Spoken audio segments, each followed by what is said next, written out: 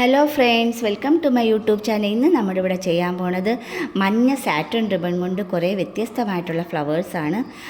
അതിന് വേണ്ടിയിട്ട് ആദ്യമേ നമ്മൾ ആ ഒരു മഞ്ഞ സാറ്റൻ റിബൺ ഇതുപോലെ ഇത്രയും നീളത്തിൽ കട്ട് ചെയ്ത് അതിൻ്റെ ഏറ്റവും മുകൾ ഭാഗം ഈ സിഗ്സാഗ് പോലെ കട്ട് ചെയ്തതിന് ശേഷം ഇതിൽ കാണിക്കുന്നത് പോലെ നമ്മൾ ഏത് സാറ്റൻ റിബണിൻ്റെ വർക്ക് നമ്മൾ ചെയ്താലും അത് ലൈറ്റർ യൂസ് ചെയ്താണ് നമ്മൾ ചെയ്യുന്നത്. ഇതുപോലെ ലൈറ്റർ യൂസ് ചെയ്യുക. അതൊന്ന് ബാക്കിലോട്ട് ഫോൾഡ് ചെയ്യാൻ വേണ്ടിയിട്ട് അതിൻ്റെ ഒരു ബാക്ക് സൈഡ് നമ്മൾ ഇതുപോലെ വളഞ്ഞ് വരേണ്ട ഒരു ബാക്ക് സൈഡിൽ നമ്മൾ ചെറുതായിട്ട് ഇതിൽ കാണിക്കുന്നത് പോലെ ലൈറ്റർ കൊണ്ട് ചെയ്യുമ്പോൾ താനേ അത് ഫോൾഡായിട്ട് വരും. ഒരുപാട് പ്രസ് ചെയ്ത് നിൽക്കരുത്.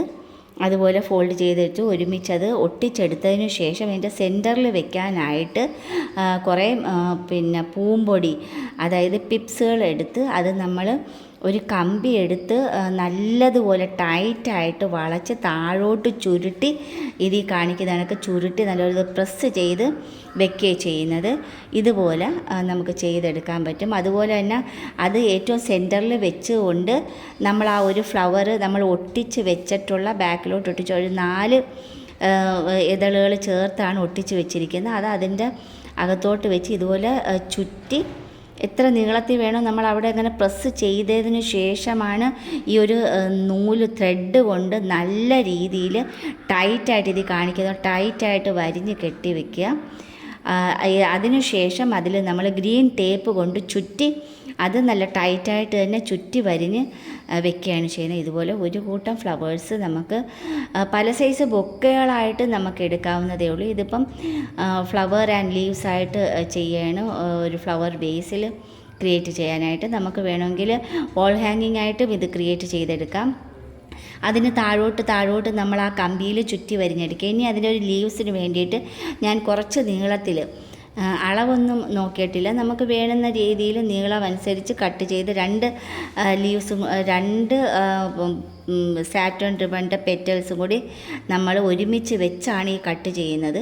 അതിനെ 1 2 3 കട്ടിങ് ചെയ്തതിന് ശേഷം നമ്മൾ അതും ഒരു ലൈറ്റർ യൂസ് ചെയ്ത് ബാക്കിൽ നിന്നും പെട്ടെന്ന് ഓടിച്ചെന്ന് പോയാൽ മതി. അത് സെപ്പറേറ്റായിട്ട് തന്നെ ഇനി തിരിഞ്ഞ് വന്നോളും. ആ ഒരു ചൂടടിക്കുമ്പോഴത്തേക്ക് കട്ട് ചെയ്ത ഭാഗം ഒന്ന് ടേൺ ചെയ്ത് വന്നോളും. ഇനി ആ ഒരു 2 ചേർത്ത് വെച്ചാണ് 2 സൈഡും കൂടി ചേർത്ത് വെച്ച് നമ്മൾ ഫെവി ബോണ്ട് വെച്ച് ഒട്ടിച്ച് ഒറ്റ ലീവ്സ് ആക്കി എടുക്കുകയാണ്. ഒരു 5 ലീവ്സാണ് ഞാനിവിടെ ചെയ്യുന്നത്.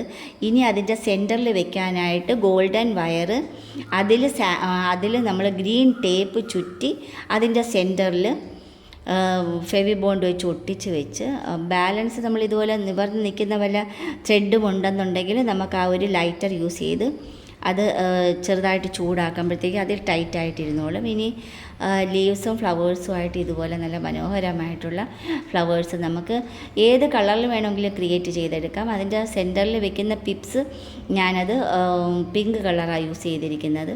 ഇതുപോലെ മനോഹരമായിട്ട് നമ്മളെ ടേബിൾ വെക്കത്തക്ക വിധത്തിൽ ചെയ്തെടുക്കാം.